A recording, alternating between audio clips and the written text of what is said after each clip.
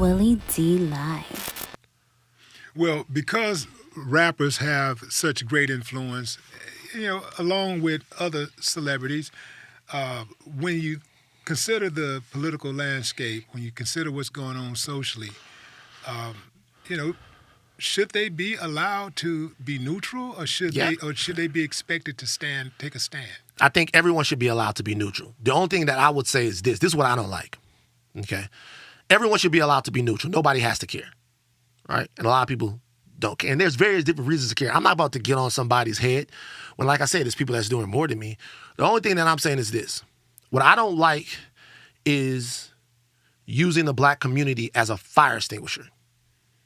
Because what I hear from a lot of people is I never see them really doing anything or being proactive about anything. But as soon as they have an issue with their record label, as soon as they have an issue with the Black man police, or the tennis shoe. as soon as they have an issue, as soon as they're accused of something, as soon as they have an issue with something, it's like they're accusing a black man of this. Kanye became black real fucking fast when he had an issue with Adidas.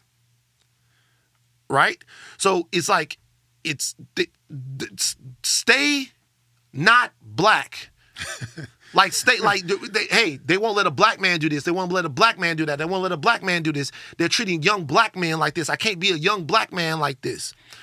Like, black is a responsibility to me. And it's not a responsibility that you always take up, but it's a responsibility that has to be in the back of your mind, right? So that's the only thing I don't like. I don't think Wayne has to have an opinion on that. I think when he says there's no such thing as racism, if I was able to have a conversation with him, I'd be like, Wayne, all of the stuff that you rap about, where you come from, how you had the things that you had to overcome, how you had to grow, all of the obstacles, that's because of racism. Like your city that was flooded in 2005, the reasons why that happened and the aftermath is because of structural racism. The reason why New Orleans and parts of New Orleans and Baton Rouge and all of these places have looked the way that they've looked for all of this time is because of very deliberate and intentional decisions by people who have all gotten together and decided that niggas shouldn't have nothing. The reason why the South is poor is because a lot of Southern whites chose poverty over equality. And so to me, like, if we had the opportunity to have that conversation, I think people can make that inroads. I can make inroads with him. But if he actually feels that way, I'll be like, how's he supposed to feel? He gonna rap about how hard it is to grow up somewhere, and then he gonna go to France. And then the niggas that are down there actually in those places, they will want to be Wayne. They don't want to fix their problems. They want to forget them. And I get that, right? Like, I get saying, hey, I understand it. It's a human thing. I don't judge. Like, it's two different things. One, to fix a problem means that I come from something, I understand how it goes and how it's been. Let me try to change things. And by the way, I'm not painting hip hop with a broad brush. It's plenty of nips out there. Plenty of them. We see rappers and hip hop artists, Tef Poetry, the Truth. I can name so many of them that have dedicated their lives to this. But I'm talking about mainstream money-making, money-getting hip hop, right? The people that want to be, a lot of these guys stay high so they don't have to remember the problems that they encountered on Monday when it's a Thursday. So they definitely don't want to encounter the problems that they encountered when they were 11 or 12 years old. And so I don't hold it against Wayne, but I'm also not going to be like, it's such a big fucking crime that he didn't get the Super Bowl. Wayne is a fucking legend. And if they decide they want to go with somebody else for the Super Bowl, fuck it. Like, you know what I'm saying? Like, fuck it. Everybody will be all right. Yeah. What are some of the downfalls or setbacks that have happened in your life that have made you better? Ooh, that's a good question, Willie. Anxiety attacks. Yeah. Being diagnosed with that, like having anxiety attacks since I was about 23 or 24. That made me understand how to regulate myself. and when I didn't understand it then, but you got to a point in Baton Rouge, and everybody deals with this different. You got to a point in Baton Rouge where everybody just started getting killed. And we just moved past it, right? It just fucked with me in a different way. Like it was weird. Like, people always get killed and stuff, but then we went through a stretch, man, where it was just like, shit.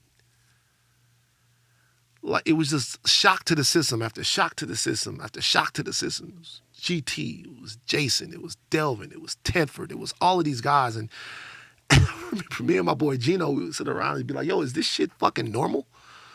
So we just gonna grow older and he's just gonna get a fight at Texaco, and then all of a sudden you can get shot and they dead. Drug deals go by, dead. Find somebody, Aliquippa, car still running, shot in the back, dead. But for me, it was really hard for me to take. And so I started having anxiety attacks. And that's when I realized that I was going to have to prioritize what I could take and how I dealt with things and how I navigated through things in order to be a stable person. My brain had different controls on it. So everybody else could take everything and deal with everything. But me, I get to a certain point and it glitches out. And either I gotta fight, fuck, or freak out. And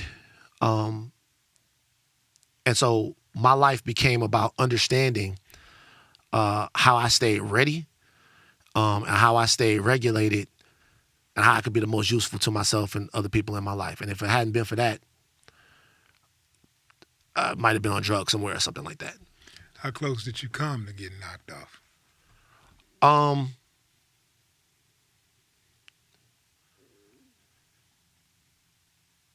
There was some. It got pretty bad. I mean, it was just like and sometimes it does. Like after my father's death, it got pretty bad again. After my dad died, he had been sick for a long time. He had congestive heart failure for like 20 years. But then he was gone, and I was like, yo, man, it's tough. Did he go suddenly? It wasn't suddenly, but it was unexpected. He had congestive heart failure, and the longer you live with that, the worse the prognosis is. You knew you were getting the call one day, but it wasn't the situation to where it's like, okay, he's in a bad way. Everybody say your goodbyes.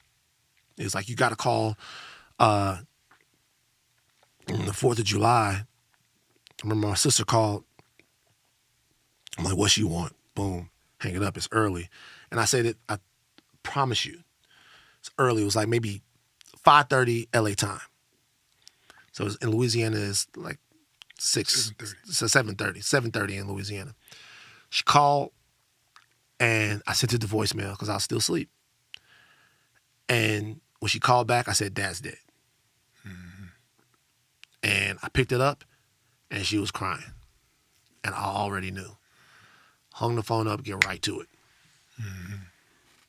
Go to Louisiana, do all the stuff. Boom, boom, boom. People that you ain't seen for a long time. Everybody's around. And it was just surreal. And I didn't deal with it well at first. What year was this? 2021. Oh. Wow. Did you speak at the funeral? So everything was weird. So I wanted to. Then when we get to the funeral, so I wanted to. Everything ready, I was going to say the whole nine. Then we get to the funeral, I'm talking to everyone. This is the funeral that obviously me and my sister held planned. I'm talking to my sister, and she goes, oh, he's Catholic, they don't do that. I was like, I'm not going to be able to say nothing? And she goes, no, it's a Catholic, that doesn't happen here. And it was interesting, and so the hard thing about my relationship with my dad was like there was still stuff I wanted to tell him. There was still stuff that I thought that we needed to talk about. And so that stuff now is just in the ether, oblivion of forever or whenever I see him again. And at his funeral, I wanted to say some of that stuff, but it was almost like God was actually saying, no, that stuff is unsaid. And it should be between you and him. So don't get up here and talk about a lot of stuff and look for some type of, I don't know, comfort from all of your family and all of that stuff like that. That's not going to give you anything. Like, those are not the people that you need to be talking to. You need to talk to him. And so I just had to, once again, just like I felt in my early 20s, he's gone and I just had to deal with it. That's just life. Yeah. And at first I didn't know how. Yeah, that had to be hard because you and your dad, y'all really, really close, huh? Yeah, I mean, I think another thing that's different is that, like, everybody else had all these people that they were trying to impress. And, like, all these people that they want to, you buying shoes, you buying cars. I had one person to impress. My mother would have accepted me no matter how I am. She's just that type of soul. She's a beautiful soul. That's where I get all of my compassion and my care from. I get my care from my mother. I get my due from my father. But I had one guy to impress. Our movie won the Academy Award. And This sounds like it's about to be funny. bruh, our movie won the Academy Award. Daddy called. Daddy was like, "What's up, boy? How you doing?" Like, "I'm good." He's like, "What is this award that people keep calling me about?" I was like, "Oh, yeah, so every year, all the white people in Hollywood get together and they pick out the movies they think are the very best movies of the year." And what movie is this? We made a short film called Two Distant Strangers in 2020. And it won Best Live Action Short Film at the 2021 Academy Awards. Okay. Tremendous accomplishment for Nick May, Trayvon Free, Jesse Williams, Lawrence Binder, just Andrew Howard, Zaria, everyone involved. Joey Badass was the star of it. Of course, Matt Rowe, everybody, Martin Desmond Rowe, should I say? Matt Rowe too. Everybody was involved. All of my producing partners that were on it. Somebody else that was a producing partner on it too. Sean Combs. Okay. He's the executive producer. He didn't do shit, but Y'all have a freak out? relax, dog. Relax. I had to get you. Man. I had to get you. It was wide open, no diddy. I Go get ahead. it. So, he calls me. He's like, okay, that's good. I didn't win no award. Why do motherfuckers keep calling me? I'm like, because like you're my dad, and it's like a major accomplishment.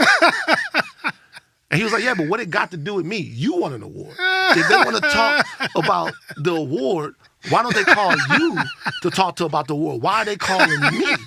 And I was like, you know what? Man, how you doing? We ain't caught up this week. Like, how you doing? What's going on? Well, that sounds like a dude I would have loved to have met. The man. old me would have been like, oh, man, I did this thing, and my dad didn't appreciate me, and the cat's in the cradle and the silver spoon and all this dumbass shit. But, like, at this point in my life, I was like, man, what you got going on? That was like May. July, he was dead. Yeah. Did he ever tell you that he was proud of you? This is what he would do. He would tell other people. He would tell, like, he would brag his ass off when I wasn't around. But he had to keep me hungry. Yeah. So it didn't matter. You know what I'm saying? It didn't matter. And sometimes I would hear it. Like, I would hear him, like, it was basketball one time somebody was talking about basketball, and I heard my dad on the phone going, I tell you, yeah, that boy good. He can't fuck with Van, though. Van big. Van got good hands. Van is like a smaller version of his little cousin. Because, Glenn Davis is my little cousin. Yeah? And yeah. And so he's like, you can't fuck with Van now. Like, Van, you got, Van shoot that thing, play good defense, good athlete. Like the whole thing, I want to get you. I bring him over here. I put him, and I'm like, I've never heard him talk like that before. But I heard him on the phone talk to other people. So he probably didn't share it with me as much though. If he had, how much difference do you think it would have made? Probably a lot. Probably just because it made me feel like I didn't have to. You know what? maybe good and bad, right? Because it would have, my life's journey to meet his standard was always something new. It was always like even after the Kanye thing, I wanted him to be like, oh, well, you're my son. Because I've seen him do that to people. You're my son, I would expect that. And his thing was, who is Kanye West? You know what I'm saying? Like, who is that? Like, I think I heard of him before. And so I guess it would have been good and bad, because the main lesson that I had to learn was that at some point, it doesn't matter even if the person is your father, what you do in your life has to be about how you see the world and what you want to contribute and how you want to look at things. It can't be about stepping up or filling in or making somebody else's dream come true. It wasn't, started making really good money. There's always, every single monetary situation I've been to, I thought things were going to be great once I make this amount of money. And then sometimes I look back at the numbers, and the numbers were so small it seems crazy back then. Man, if I could get to $2,000 a week, then it's like, if I can get to 5,000, if I can get to 7, if I can get to this amount of money a year, if I can get to this amount of money a year. And you find yourself wanting no matter what that is. No matter what it is, you find yourself wanting. Mm-hmm. Unless you get to a point and you understand how to become happy with your life and how to find small things or even large things in your life that complete and complement you and the people around you. The most important thing to me is being useful to the people in my life. And so that ain't got nothing to do with him. But as far as me and his relationship, it was like, we was in a room one time, me and my homeboys in there, and it's a wasp in the room, and we being 13, 14-year-old kids. Oh, shit, the wasp gonna sting you, the wasp gonna do all of that, blah, blah, blah. Hey, shit, he coming for you, dog, boom, boom, boom, boom, boom, all of that. My daddy walk in, sweating, hat on, gun on the side. He said, what y'all doing? All this goddamn jumping around. And my boy Ryan go, it's a wasp in here, Mr. Terry. And he go, oh.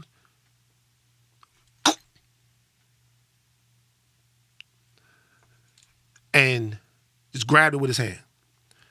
And everybody else in the room is like, this nigga different. Later on, and we out there and we getting the fucking beagles out of the pen, and got a big ass welt on his hand. It's not that he wasn't human. Sometimes you gotta kill the wasp. And he was just different, And it wasn't just to me, like, kill a deer, put the deer over his shoulder, he walking with the deer, blood coming down everywhere. He walked past one of your homeboys' fathers who's standing there talking. Like, you know what I'm saying? He got the deer on his back, and he like, hey, boy, come out here and help me field dress this. And my homeboy's like, you guys are about to gut the deer? And I'm like, yeah, we're going to put him out there in the back and skin him up and do him up. He's like, can I watch? I'm like, yeah, we about to do it right now. So he was just different. He was impressive, man. What did they call your dad in the neighborhood? VT, Mr. Terry, or the Dickies man. Because he always wore, when he was in his full shit, it was always a full Dickies suit with the hat and the boots. Yeah. And so, but most people called him Mr. Terry. Mr. Terry. Yeah, Mr. Terry. Mr. Terry, you raised a fine young man. I appreciate that, bro. Absolutely, man. Thank you for coming on the show, man. No problem. Hey, I got to say one thing before I go. Yeah. I'm fucking ecstatic that this has worked out as well as it has. Yeah. You found your voice. Everybody respects you. And you run a fucking fantastic podcast. And I know you know that it's not easy for people to transition and do the whole thing. Yeah. But it's dope. It's dope to listen and watch a legend whenever you put your podcast out and stuff like that. I watch all of them. I especially like the one with the crazy motherfucker that made the George Floyd joke. Yeah. And but I really enjoy listening to your perspective, man. It was good to talk to you, brother. Thank you, man. All right now. The honor was mine, man. All the right. honor was mine. Thank you, ladies and gentlemen. Lathan. No more talk.